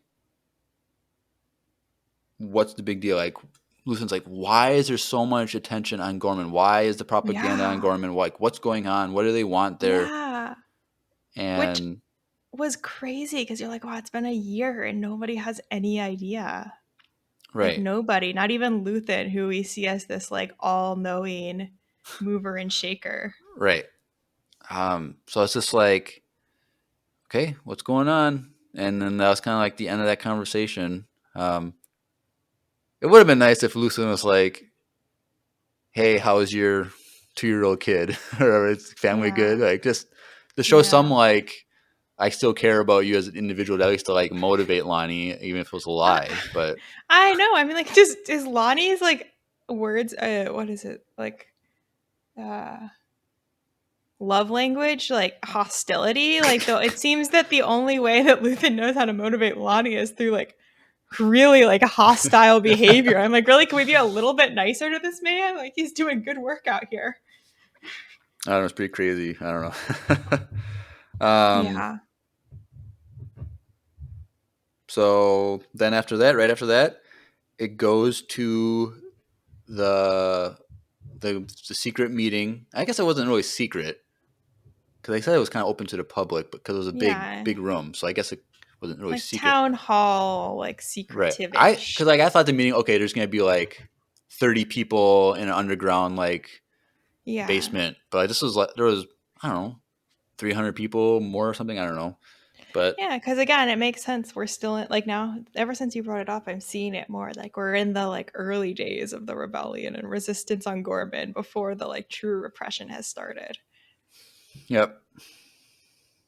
And so it's basically like you said, like a town hall. People are just going up to the mic and showing the grievances, and it's just people are just upset about imperial control and regulations, like on the spider stuff. The one guy's like, we've been doing this for centuries, and this is the first time like all 9 sectors or whatever are like, maybe we won't even open up and for this in the spring for another season. Like, it's not worth it with all the regulations. So it's like the Empire is trying to force resistance by all these regulations because they want resistance so that they can step in and take over the planet. Um, and the one guy was like, mark my words, like that building that you're building is an armory. This place is going to become a prison soon. And Mm. like, I don't know if you really noticed it, but like the Gorman culture has like motions or whatever they do. Like Yeah. when the guy Yeah. like goes like this, grabs his forearm and like looks at him and like smiles, I'm pretty sure he flicked off that Flipped him guy. off. Yeah, for sure. Me too. I thought that was kind of, this is the guy, he grabbed it, looked at the guy and like smiled, like screw you type of thing. I don't know, thought it was kind of funny. And then later on we have like the thumbs up on the chest and then the open hand, Yeah. like Yeah. until later or something like that. I thought it was like interesting that, It's really beautiful. It's like great work on whoever, I don't know, production design people, maybe, like whoever I does wonder that sort of like, stuff. does it have to do with like clothing? Like some people like, they'll have like the arm and they'll have like something hanging, like a fabric over their arm, like I don't know. Mm. Or Mm. like they had, and then the same kind of motion, but on there with the thumbs up, like an open hand. Like, was that kind of like opening up a jacket type of thing? I don't know, Yeah. Yeah. Huh. I but don't know. It's just, it's cool and like a great little detail that we don't usually get in Star Wars, where I feel like we go to a whole planet and it's just like defined by its terrain. But of course, like planets would have like cultural differences or like differences in like hand gestures and like intonation and other things. So right, yeah, really nice. It's a good cool, catch. awesome world building with that. And so the main guy, Carlo Rylands, is like Yeah. the main guy. And I don't know if I'm just reading into this too much, but like the Twi'leks, like they have French Yeah. accents. They're um, kind of French history type stuff is kind of paralleled in the Clone Wars and stuff. But they're from Ryloth. This guy is Rylands. I wonder Oh, that's funny. if there's any kind of like history between Ryloth and Gorman, like this cross cultural, like things from centuries or thousands of years before, where like they split off or something like that. I don't know. Maybe I'm reading too much into it, but I just kind of saw that connection. I definitely think they picked a French name, so maybe there is a connection. Right. And so during this meeting, Cyril comes in, and the people that tap the phone line, they all see him come in. Oh, and another thing they do, they clap on their chest. Like they just tap their Yeah. chest. And so Cyril, everyone's clapping like, oh, and he starts clapping like on his chest. Um, and so then the spider salesman guy, he comes in. Hey, good to see you. Blah blah blah. Yeah, What do you he think about speaks this? great English. Yeah. I was impressed. He's like, hey, what do you think about all this? Cyril's like, there's a lot of passion, he said, but like I don't really understand the language enough to really understand. So then the guy just kind of translates for him, just things being said by people going up to the mic. Um, and then the one girl comes over and they say Hmm. her name. I can't remember what they said it was, but Was it like Avine or something? something French. Yeah. um, so then she's like, "Oh, that's my father up there, Carlo Rylands, and we would love for you to meet him." Blah blah blah, and like she's like, "You're not an imperial spy, are you?" And he's like, "No, no, Yeah. I work at this Bureau of Standards." And she's like, "Oh, I'm happy for that." Well, he's not going to tell you right away that, like, Yeah. of course he's going to say that he's not Yeah. a spy, but whatever. Um, um, so then they have the talk with afterwards with the people that are tapping. There's like the spider salesman, the woman, the other guy, which I feel like he's going to be the first person to throw a punch because like I they're all agree. about He we're looked like the muscle. right, but it's also like um, the Gorman people are very peaceful. They don't want violence. They don't attack. They don't do anything like that. That's part of their culture. But I feel like this guy, he's quiet. I don't think he said anything really. And then he's just kind Mm-mm. of like angry and looking. But he's kind of the bigger like muscle guy, like you said. And I feel like he's gonna be one of the first people to like throw a punch when crap hits the fan. Um, so I'm kind of worried about that. But Cyril talks to this Rylands guy and this just a group of those few people there, and they're like, "Well, you work for the Empire, blah blah blah. You're not. Are you going to put this meeting in your report?" And he's like, "Report for what? Who would I tell?" Like he's just kind of Hmm. playing off like, "I'm just Bureau of Standards. Like this is nothing of my concern. Like whatever." Because he sees protesting out there, so it's like nothing new. Like the Empire knows that government people are unhappy. Like what am I going to put a report in when people are already doing it publicly anyway, type of thing. And um, he's just kind of like wanting Cyril's help. He's like, you're just someone on the inside. You can give us insight. Like you could be a mole in a sense, kind of like he's implying. And it's just kind of like, we would love to get your help being kind of like an advocate for us. Hmm. Um, but it's like, I wonder like what Cyril has been doing this whole time that would cause them to like want to recruit him, because like it seems like it's been for a while because they had a guy outside his apartment watching him. Like Hmm. what has he done in the past year on Gorman that has caused them to build trust?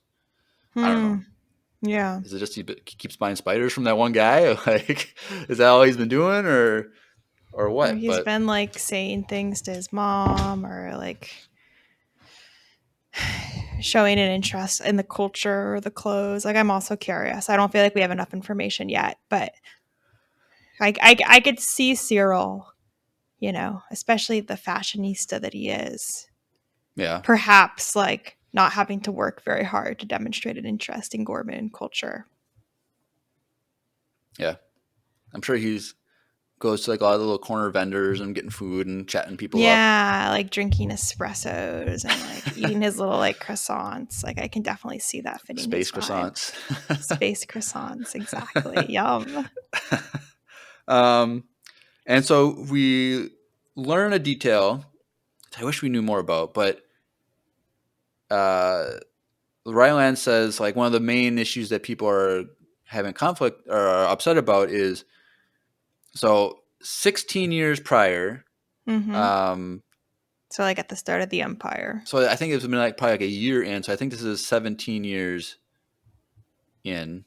I think it just spent like Yeah. a year into the Empire. Grand Moff Tarkin killed Mm-hmm. 500 Gorman in like the square. Mm-hmm. What? I want to know what happened there. Like, is that Did talked about you? in that book or no?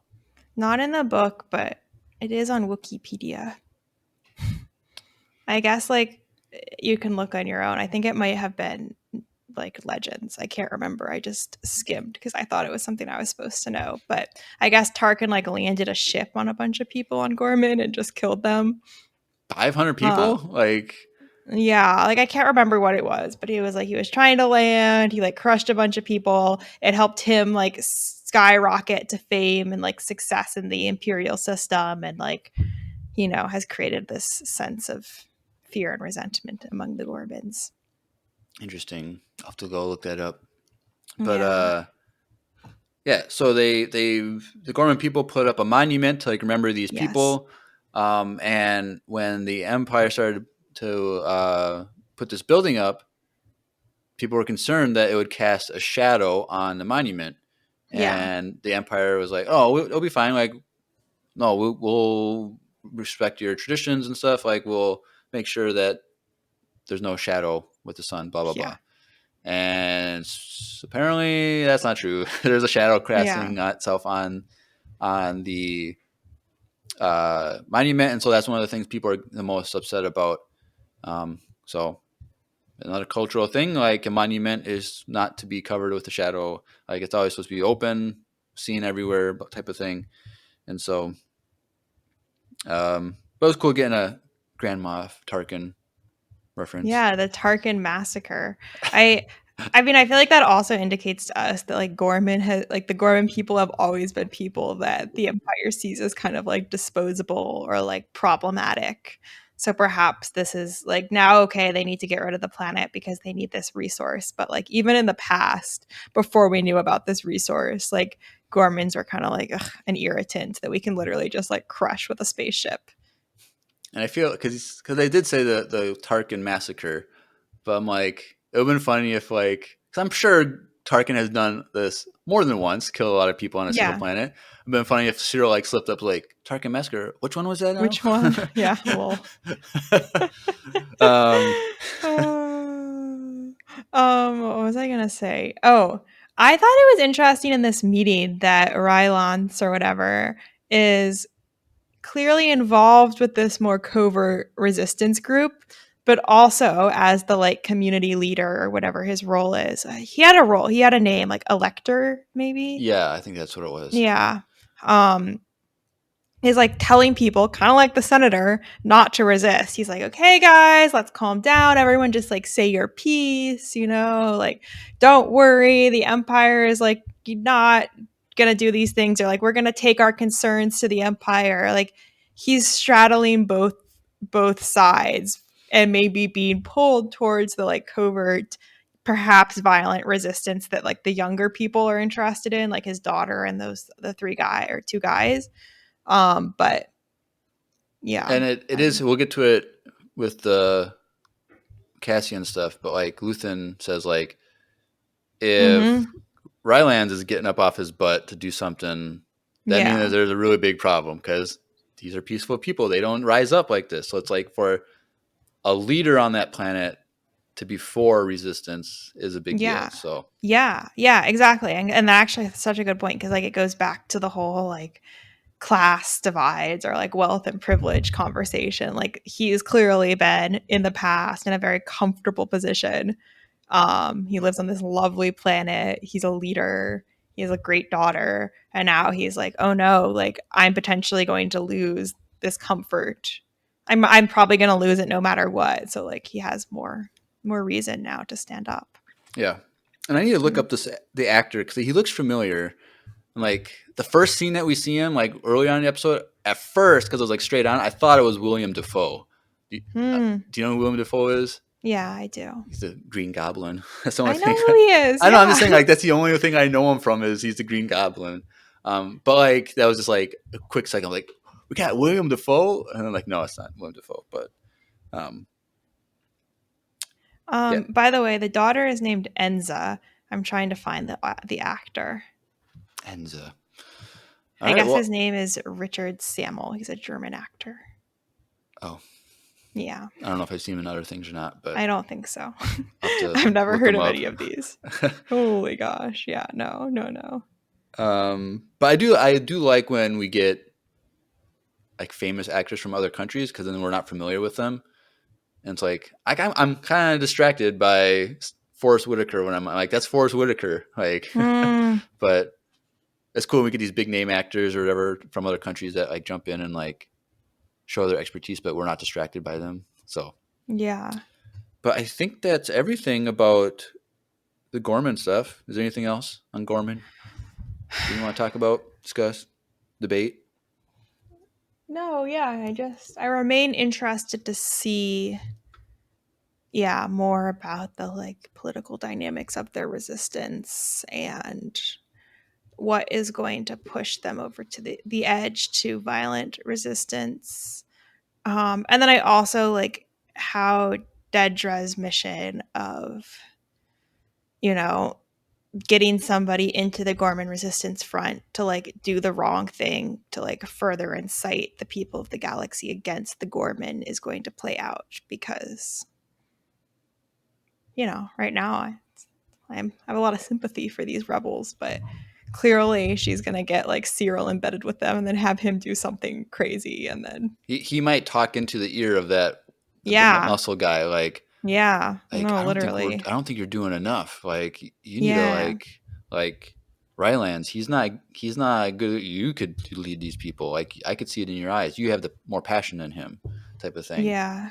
Yeah. No, exactly. I mean, I don't know if there are any, scholars of World War II France listening to this podcast, but I would be curious to know more about if there are any parallels to what actually happened in history. Like, was there Definitely. some sort of like resistance movement? I mean, there was a resistance movement in France, but was there like some action of the resistance movement in France that like actually made the people of France more sympathetic to the like collaborator government? I don't know. Curious if there is. Maybe there isn't. Right. All right. Hmm. All right. Well, let's jump over to the Andor stuff. the Okay. Another show Oh about yeah. Cassian Andor, and there's barely anything on in this. This is better than last episode, I think. Well, For there like, was plenty about him. It just wasn't the most interesting part. well, I think it's interesting because I think it kind of when we were talking about Cyril and stuff earlier about whether he should should he know like what should do like based on his knowledge and stuff. It kind of comes up a Mm, little bit here about like dealing with the atrocities of. So we'll get into it, but like yeah, yeah, okay. um, starts out with Oh yeah, we Bix. need to we need to also like get into it. So I'm realizing, What? What do you mean? like timing wise. Oh, sorry. Okay. No, I'm sorry. I didn't realize what time it was, but we're doing great. Okay. Sorry. So Bix, she wakes up in the middle of the night. She says, whatever. They're in this crappy apartment. Kind of looks run down, but whatever. So she wakes up. She grabs the gun and starts walking Mm, around. There's someone like on the other side of like this glass wall. I'm like, oh, what's going on? She turns the corner and it's Dr. mm, Gorst, and he's like torturing a guy. And I'm like, oh, you're here, finally here, blah yeah. blah blah. And she's just super shocked, like, and he's torturing this guy. Implies that he was like a stormtrooper or something. He's like, he didn't give me information, and she Mm, was super distraught. And he's like, oh, it's kind of sad that his body's gonna get disposed of, and his family's not gonna know what happened to him. And oh, I forgot to ask him his name. Like, too yeah. late now.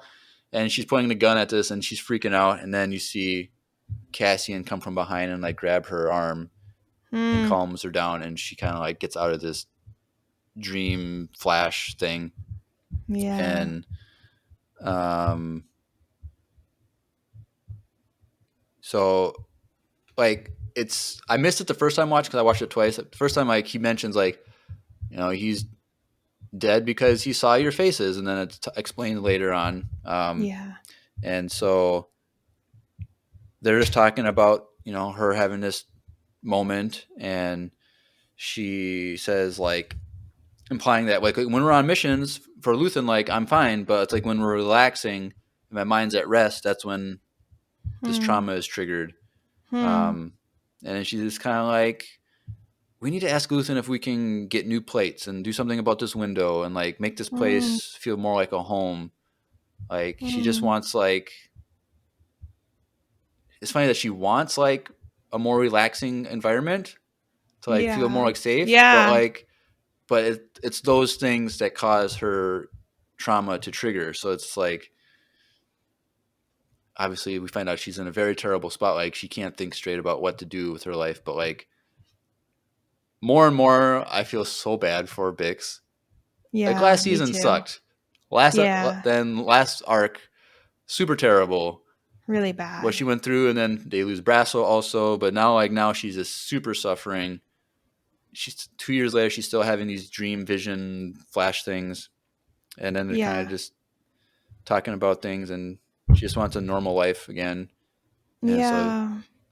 I feel bad, and then so Cassian is kind of there to embrace her, and I feel like I'm not sure if I love the direction they've like boxed this character in. Like they really are just like defining the character solely by her suffering and her trauma, which is all very valid. Like, of course, she would still be like suffering after the Dr. Gore stuff and after last episode, which and Brasso and just like one loss after, everything that happened on Ferrix. But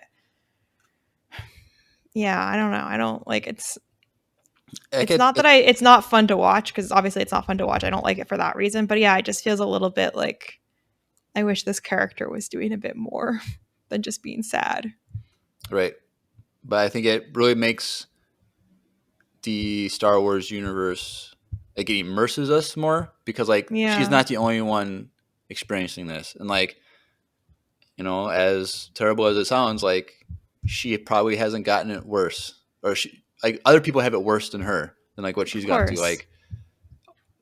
Like things that happened like last episode, she got out of that pretty good comparatively to a lot of Yeah, people. So it's like, for much like sadness I have for her, like I know that it's worse throughout the galaxy for so many more people, of and course. it's like sucks. Yeah, So then they're it at the does. window, and it kind of zooms out, and you see her in this giant city, and it doesn't say the planet, and I'm like, are they on Coruscant? Are they Like, where do we encore? have this Yeah, I giant know. city? Like, what other planet has this? And then they're hiding on Coruscant. Like, that's not safe. There's cameras everywhere. Like, type of thing. So it's like, okay, whatever.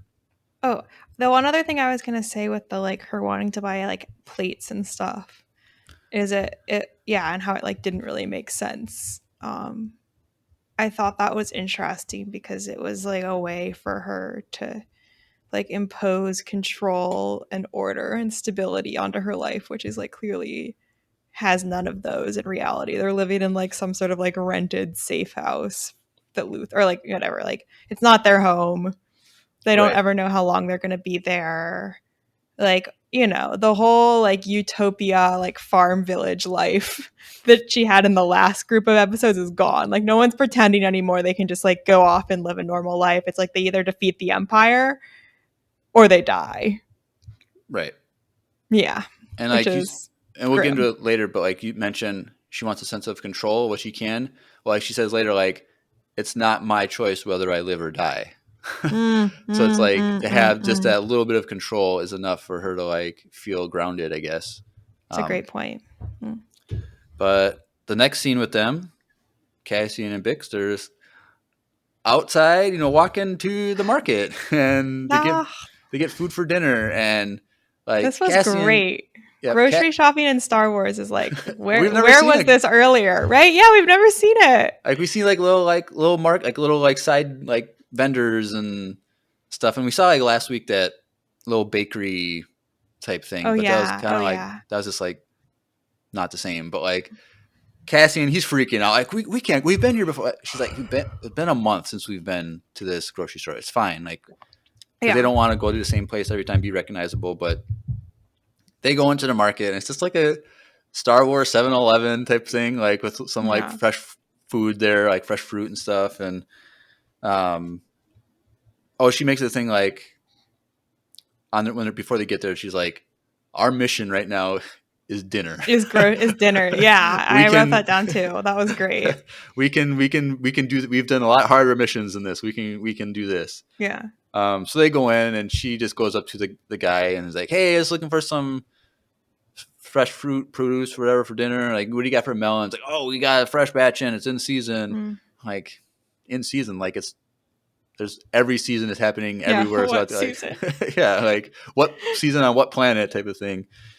And she's like, "Oh yeah, I'll take 3 of those melons. They look great." And I thought it was cool how he was like, "Do you want them going to be ripened for tonight or for tomorrow?" And she's like, "Oh, for Mm. tonight." I'm like, "Oh, that's good, interesting. That's a cool guy. He knows his fruit ripeness." He knows his produce. Yeah. Yep. Um, and he's like, "Is there anything else?" And Cassian's like, "That'll be all." And there's a little tension. And Because Cassian is annoyed because the guy recognizes them. right. He's like, "Oh, you haven't been in a while. I missed you." And Cassian's like, "Uh oh." Yep. So like he's just freaking out, and she's like, "Oh, are those such and such peppers?" And he's like, "Yep, those are extra hot." And it's like, "Yeah, my husband would like to try one." And he's like, Yeah. "He, you think he can handle it?" And she's like, he's tougher than you think." And I'm like, okay, but it was Which kind of. implies to me that they are actually married. I didn't think that they were truly married last Did she group call of him a husband? I can't episodes. remember. Like in this episode, Yeah. because last Yeah. week she did. Okay, Yeah. I mean, she does just that. Like you just said it.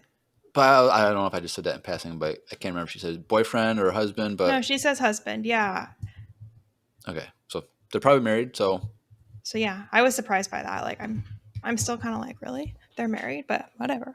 Here for it, I guess. I feel like we're gonna get some Cassian books where we can kind of see some of these other things fleshed out, missions and stuff they go on. It'd be cool to see if like they had their back of the woods wedding with just the few of Yeah. them. Um, so yeah, so they get the groceries and leave. And then this goes to them.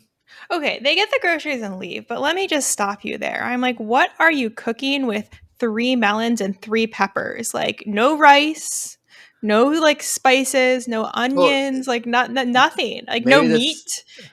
maybe it's just what the few extra ingredients she needed for. Like I have a bunch of staples. Like I don't go. I have a bag of rice ready to go whenever I need. I don't go to the store every time to get rice. So it's like she probably has some Okay. stuff on hand. She just needs a few other things to add. Um, that's what I thought the same thing, but I was like, whatever. They can't do a whole montage of her going down the cart with the cart, throwing stuff in a whatever. But I don't I know. guess not. I'm suspicious. I was just like thinking the whole time they were eating. I was like, what is this dish? It's like melon and pepper Right. Um, made in a toaster oven. yep.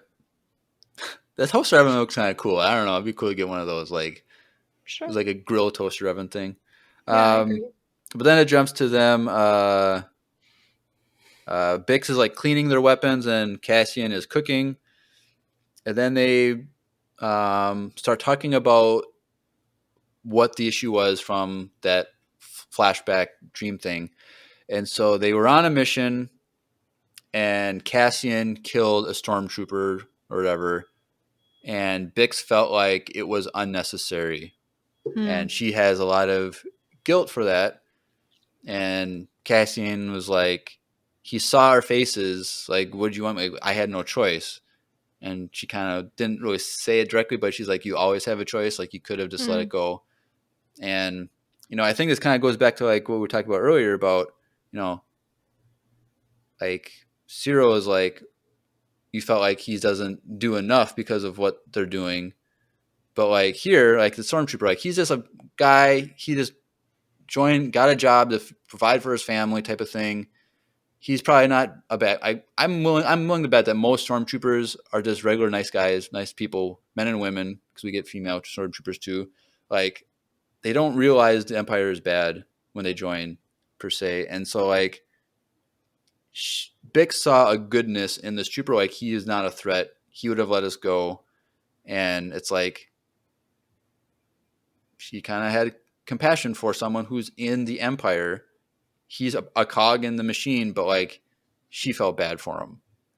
And Cassian was like, nope, he's too much of a liability. He's like, when you put on that uniform, you take on that risk. Like if you put that on that uniform, you deserve Yeah. no mercy, type of thing. So it's like they're on opposite ends of the spectrum. And so it's just a very interesting like argument of like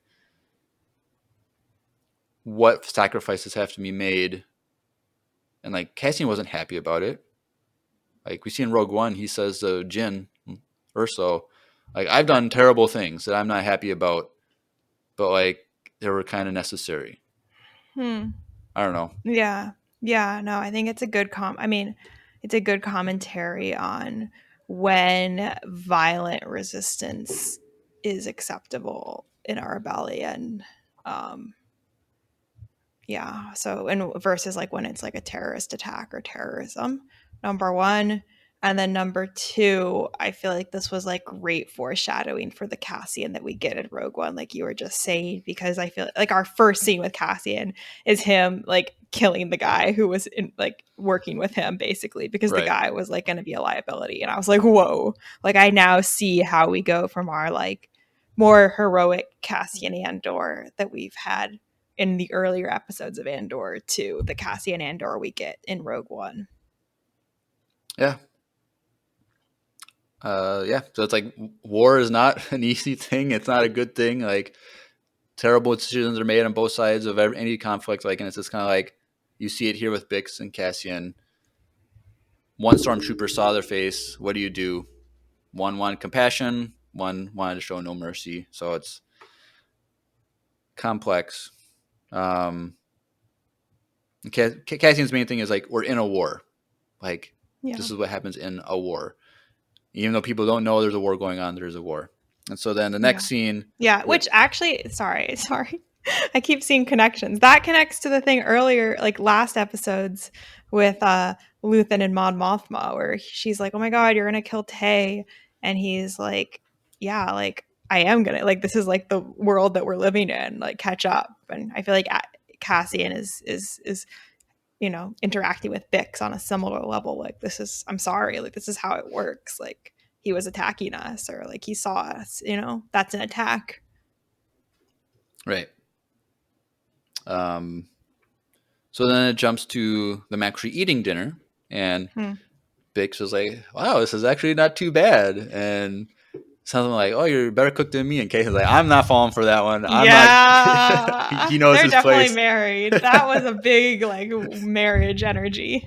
He's like, "I'm not going to say I'm better cook than you." So and Bix brings up like, "I want to go on a walk tomorrow." And he's like, "Okay." And she's like, "I want to go to the big park." And he's like, "No, there's cameras there." And like this is turns into another kind of like argument. Like they are like arguing, but it wasn't like a hostile. Like they understood each other. Yeah. Like no hard feelings against. They understand they're in an impossible situation. So it's like this is where she makes a line like, "I have no choice to live." Like I feel like she's kind of implying I feel like this is going to lead to my death at some point. But she's like, "Yeah, make sure it's worth it." Oh, this is worth it. And she's like, "I'm not." I don't know why she kind of said this, but she's like, "I'm not Marva, and I'm not your sister." I think it was. I don't know what she meant by that really. I Um, don't, yeah. What did she mean by that? I was kind of confused when I watched it. I was like, they both. It's one. It's like Marva, like she ended up rising up. But like she referenced his sister. Like, how would you know anything about what his sister does? Like, because we've had the thought, going into season that he's going to find his sister, but like, Like, oh, has he yeah. already found his sister and she's already doing resistance work? Like, I don't Or is know. it more just like, I'm not somebody that you need to like protect, or I'm not going to be another like loss that Maybe because like they you have did to talk carry about with that, you, something like that. and yeah, because um, she's like, you didn't uh made it something about like you just want to protect me, and he's like, well, what's wrong with Yeah. that? Like Yeah. he felt personally attacked. Like I love you, and you're mad that I saved your life. Or I'm saving your life. I'm doing things to protect you. Like he was offended by that. Um, Yeah. and she's like, you didn't kill that stormtrooper because we're in a war. You killed that stormtrooper because he saw my face. And he's like, well, what's the difference? And she's like, Yeah. I don't know. um, and she's just basically, we have to win. Like, Mhm. if I'm suffering like this, if I'm going to die, do this, like, we have to win. Um, Yeah. Eh, Interestingly, Cassian's whole mentality towards this is very similar to like an Anakin like mentality. He was in the Clone Wars. I feel like he was always getting in trouble with Obi-Wan for like killing, Right. unarmed living people, or like just killing people instead of taking them prisoner. And he was always like, well, this is like what we have to do, like if it requires like some killing, or if we have to like torture a guy to like find out who hurt Ahsoka, like we're gonna do that. Right. And yeah, I mean, it's like very easy to understand that perspective, and it's also easy to understand Bix's perspective. Right.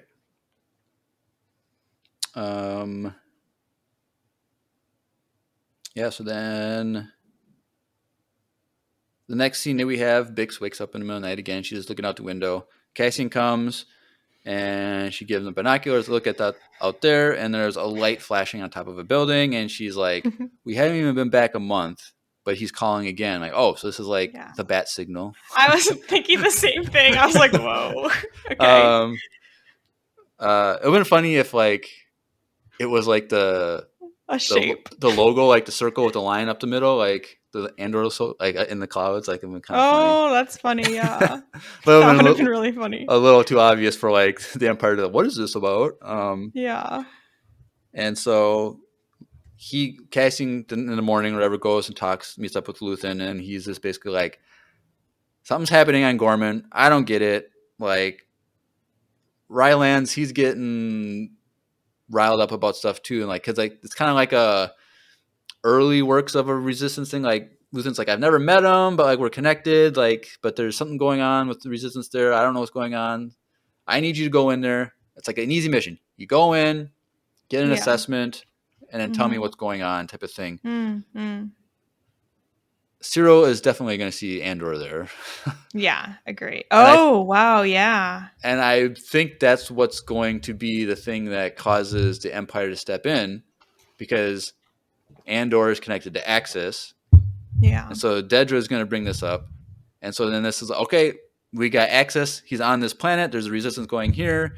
And that's going to be like the thing that I think is going to be the main thing that gets the Empire to step in and stop things and do this massacres, because Andor is seen by Cyril, which is terrifying.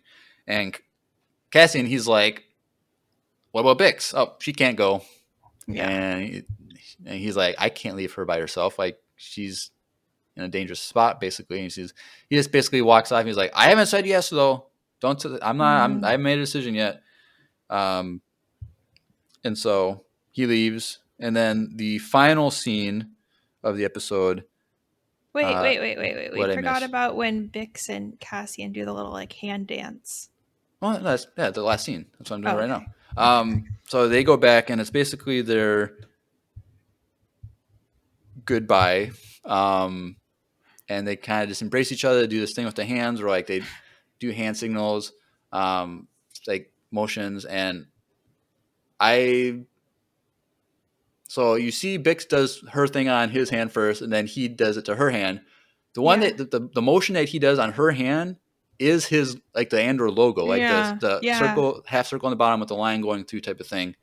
I'm like, oh, that's kind of interesting. Like, is that? I'm assuming this is like a Ferrix, like thing, flirt thing. I don't know what you want to call it. Like, they embrace each other to say their goodbyes. And so it was just a very touching moment. And then Cassian leaves down a Coruscant elevator. He leaves. And then the very, very final shot, Bix is looking out the window. She has a vial of something, opens it up, puts it underneath her tongue, and like takes it, and then she kind of dazes away. So clearly she is medicating herself with some sort of substance, unfortunately. And I feel like she's going to die this arc at some point. Because hinted that she feels like she's going to die because of this resistance of rebellion. And I think the most likely thing is she's going to accidentally OD on these drugs. And so Cassian's going to come back from his mission, and she's just going to be dead, which is going to be a terrible scene. I don't want to watch that. No. I also thought that maybe Luthen is going to have her killed. Wait, Because he might Luthen? see her as Yeah. a liability for Cassian because he's resisting going on a mission because of Bix, and Luthen needs Cassian. Um, Mm, I feel like it's not out of Luthen's thought process to see Bix as a liability and have her killed. mm, Or, she's just going to get caught by the Empire at some point. She's mm. gonna go to that park and go for a walk, Yeah. Wow. and she's gonna get caught up, and then she's gonna be on the run, and then she's gonna go on a shootout or something, and then get shot and killed or whatever. And then Luthen's gonna have to tell Cassian that she got killed, and he's gonna blame Luthen, and it's just gonna be crap hit the fan. But I'm really worried for Bix. I think she's gonna be dead by the end of this arc. I Mm, hope not, but she's not in Rogue One, so yeah. Yeah. Exactly. I don't know. What do you think? Any other thoughts on Bix or? No. No, I agree with you. This is definitely headed for disaster. I'm not sure if it's going to be in this arc or maybe later on, but um, yeah, I think it's notable that, I mean, as we've said a million times, Cassian seems to have nobody by the time we meet him in Rogue One. Well, we do have his buddy from Narkina 5, Melchi, that Yeah. he's going to meet up with him somehow. So at least he'll have one friend.